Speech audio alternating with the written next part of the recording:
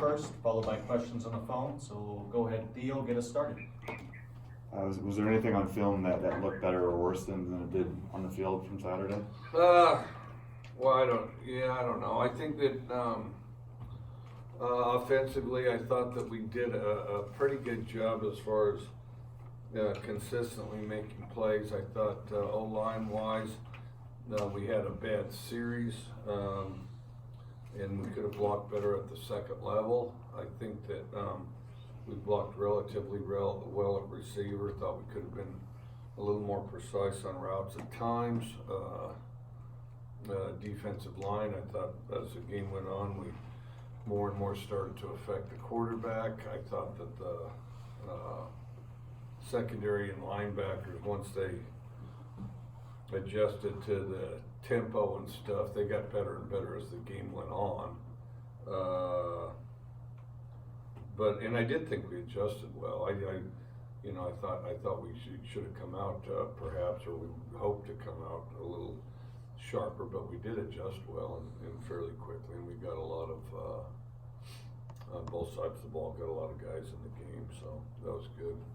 As far as managing the reps at X receiver, do you think you'll only play 2 guys per game, and then maybe the other guy gets an opportunity the next game, or how do you manage those reps? Yeah, that's a good question. We'll meet on that today. Don't have a clear-cut plan with that. Part of it is those guys are kind of playing keep away with us just a little bit.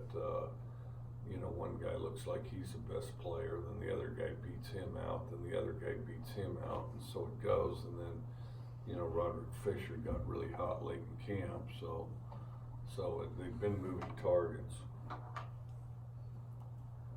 Speaking of Rod Fisher, what did you think of his performance on Saturday? Thought he played good. Thought he played fast. One thing Rod Fisher always does is plays full speed, and I think that's one thing that's distinguished him. He doesn't waste any time playing slow. And then taking a look back at the film, I know after the game Saturday, you mentioned as far as quarterbacks making their first career start, you really liked how Gordon performs. Just taking a look back at the film, was there anything that maybe you picked up on that he did well that allowed him to have that success? I thought he went through his reads. I thought he was really good at going through his reads. He went through his reads nearly every play. I thought the checks he made were sharp. And then, the one thing he did that he'd been doing in practice was the ball comes off his hand quickly and accurately. And so then as a result, receivers get more yards after the catch. Is there anything you'd like to maybe see him improve on this week and into Saturday? Just overall, just keep getting better, just keep elevating. And I think that the other thing, not just him, but then the team and the offense in general get used to him kind of leading them and playing. They adjust each other's play, and then everybody improves. As far as your receivers getting yards after the catch, do you think this group is kind of most capable of doing that compared to your other groups here? You had Travell kind of cut across field. Dez got about 40 or 50 yards after that catch with a touchdown. Do you think that's the best you've ever seen? It was good. We did a good job of getting straight up field after the initial catch, and I think that's the most important part. If we keep doing that, and don't get tempted to kind of dance and run in place, all kinds of these stupid moves and things like that. The one thing you saw our receivers do is go upfield. You didn't see a bunch of stupid moves, and that's just what they are, stupid. And hopefully we can avoid that and not fall into that disease of making a bunch of dumb moves. How did you feel the defense did on getting pressure on the quarterback? Better and better as the game went on. And I thought he was a really good quarterback. I really think that guy could, I truly believe that guy could start at all but 3 teams in this league. The next team you're about to play lets up a pretty decent amount of sacks. What do you hope to see out of your front 7, even if you're sending some DBs on blitzes? What do you hope to see? We need to be just sharper as far as our transitions. When we line move or loop, we got to be sharper on that. And you know, and then our D-line, which to their credit was saying after the game themselves, they need to play with lower pads next game, and that's the thing, it's just consistently play with low pads and run your feet. This was, if not the most efficient, one of the most efficient in terms of yards per play from a quarterback since you've been here. Was that something that you saw, that you kind of noticed during the game, or something you saw afterward? Well, as it went on, I mean, he was really accurate until we dropped that one ball. I don't know how many straight he would have hit, probably about 30, which is impressive. And then, but you know, I think a lot of it is just the efforts of everybody complementing one another, and I think a lot of that started in the spring. What kind of challenges will Northern Colorado throw your way? They're big. They're kind of a big, aggressive team, and they look like I think they're getting better too. And but they, like I say, pretty good size. I don't know a ton about them. I've watched a little film, and I'm going to watch more today. But you know, I think they're a good, solid Big Sky team that's on the rise. Have you seen their quarterback yet? I've heard he's really good. I haven't, just a few glimpses of play here, play there. I mainly am watching the defense, but yeah, he's a kind of a statuesque guy, you know, and supposed to be really good. Do you think there's been a shift in maybe culture here as far as how you guys approach those games from 3 years ago, and you guys are kind of taking care of business against teams that traditionally, you know, maybe you wouldn't be as excited to play as a USC or an Oregon, but it seems like you guys are kind of treating every game equally now. Well, you should. If you're going to improve, I mean, the quickest way to improve is constantly be pushing yourself to put your best out there, so then you discover, you know, keep stretching the dimensions of what you're capable of. But now we're excited to play, and we've got a game this week, and we're thrilled to have it too. So. Any questions on the phone line for Coach Leach? Hey, yeah, Coach. Oops. Go ahead, Desmond. Okay, thanks. Desmond here. I noticed Lamont McDougal didn't get in until later in the game. Was wondering if we might see a little bit more of him this weekend. Probably. I don't know exactly the rep total or how much they repped Lamont. Didn't really discuss that, but I would imagine so. And he's been practicing pretty well. And on the O-line, I mean, they only got one sack on Gordon there. What did you think of them? Thought they did pretty good. I thought we could have blocked a little better at the second level as time went on in the game. Thought generally pass protection was pretty good, and thought we were an eyelash away on some of the runs, you know, as far as just get a little more and you know, just get a little more movement. Thanks, Coach. Yeah. Coach Scott Half from the Seattle Times. I was curious if you saw anything on the film that surprised you we weren't expecting to see. No, not really. You know, for a first game and first time out, you're always wondering how it'll spill out after not playing for so long. And I would say we were a little sharper than I guess I expected us to be overall, you know, for a first game. You know, our returners played like returners. Our young guys played like young guys initially, but bounced out of it. Thanks. Yeah. Mike, this is Griffey. Last year, the NCAA instituted the rule with allowing kids to play 4 games before redshirting. Some of your kids use that. Do you think that's going to be a positive going forward? I think it's definitely a step in the right direction. I've always thought there should just be 5 years of eligibility. You know, not mess around with red shirt this game, that game, the other game. You have 5 years, you know. And it makes so much sense that everybody refuses to do it. But five years eligibility, that would I guess I would put a lot of, accountants and rule makers out of business, but because just imagine the legislation we do away with on that. I think that'd be the best way to do it, but, short of that, I think, the 4 games is definitely a step in the right direction.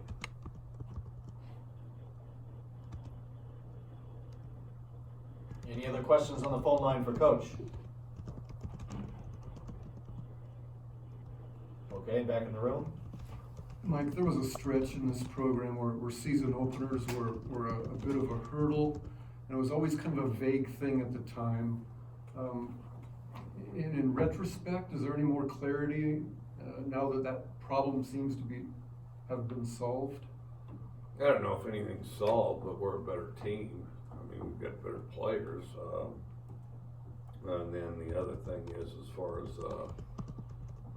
just work ethic and a sense of purpose and working together, you know, there's a sense of that where everybody's kind of on the same page and pushes one another that direction. I think there were 3 Pac-12 quarterbacks who left games with injuries this week. How important is it to continue to develop Tinsley and Gage? And both of them got some significant time on Saturday. You said you hope to play them as long as you guys are scoring points. Is it really important to have 1 or 2 really good backups in your program? Well, you better have a backup for sure. You know, try not to get them injured, but you better have a backup. Will those 2 kind of rotate as the backup for now, or is Gage clearly the number 2 guy right now? It appears to me they're pretty neck and neck. I think they're pretty close. You know, I think Gordon's clear cut ahead, but I think Gage and Tinsley are pretty close. What did you like from Gage? He converted a touchdown, and the first snap didn't go so well, but the one snap was just a bad snap, but that wasn't his fault. But I thought the result of the drive was good. I just think he's got to improve on communication and reading the field. But it's competitive overall. It was pretty good. I thought Trey was pretty sharp. The penalty hurt us, and sort of the drop ball. Well, one ball a guy wouldn't look, another ball a guy dropped, but I think he's sharp, communicates well. When you were at Texas Tech, did you ever have a quarterback who threw a touchdown pass against your team and then for your team later on, or No, vice versa? Or? no, never. Was that almost weird to see Gage in a WCU uniform? A little bit, but the other thing that was weird was, like Gage mentioned, which I hadn't even thought of, because you recruit these guys, you just have a highlight video. Put together a highlight video at the end of the year, and hey, here's all our highlights, check this out. Well, I mean, so as we're recruiting Gage is watching the same highlight video. We've shown all the recruits all year, and some of the highlights are Gage getting his ass knocked off, And so anyways, we didn't think to edit it, and there's Gage, you're lucky here. See, we won't knock your ass off anymore if you come to this school. So anyway, yeah, we probably would have edited him out if we thought about it. Speaking kind of outside of the Pac-12, there was 4 SEC schools that lost. There's some surprises outside of college football. Did you pay much attention to the first weekend of college football, and anything stand out to you? Nah, not really. The thing when I was broadcasting, me and Jack Root had a bet on this thing. And now it's kind of a moving target because I lose track who's 1AA and who's 1A, because all the 1AAs are going 1A, all the Division IIs are going 1AA, and but anyway, so we had this whole discussion on the 1AAs, and then he says, I'll bet you, we're arguing about that there's going to be upsets. 1AA teams are going to upset 1A teams, and he said there won't be more than 2. I said there will be at least 5, and we stopped counting at 7. So there were over 7. I don't remember how many there were, but we stopped counting at 7. So, yeah. It looks like Ryan Helinski's going to get his first start at South Carolina this coming week. Their quarterback went down. How neat of a thing is that for Ryan? Well, we're excited for Ryan. Of course, we thought he was I've known him for a long time. Thought he was a great quarterback, and I know the coaches at South Carolina, and they're really excited to have him. And I know he can throw the ball well too. Anything else for Coach? All right, Rob, go ahead. Coach, Area 51 has been a hot topic for discussion over the last few months. Later this month, there's supposed to be an event called Storm Area 51. People are going to go over there, try to figure out what the heck's going on. What do you think goes on over at Area 51?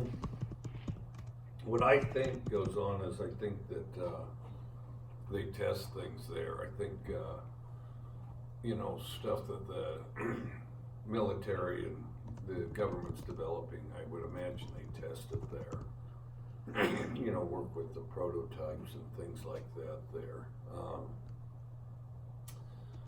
If they have, found spacemen or any Roswell stuff, that'd probably be a pretty good play. That'd probably be where they would store it, if such, if there is such things. But I think it's, I think it's pretty much a test site where they test and develop everything from, aircraft to bombs to some type of technology, because there's got to be a place to do that. I suspect that if they didn't cryptically call it Area 51 and it didn't have,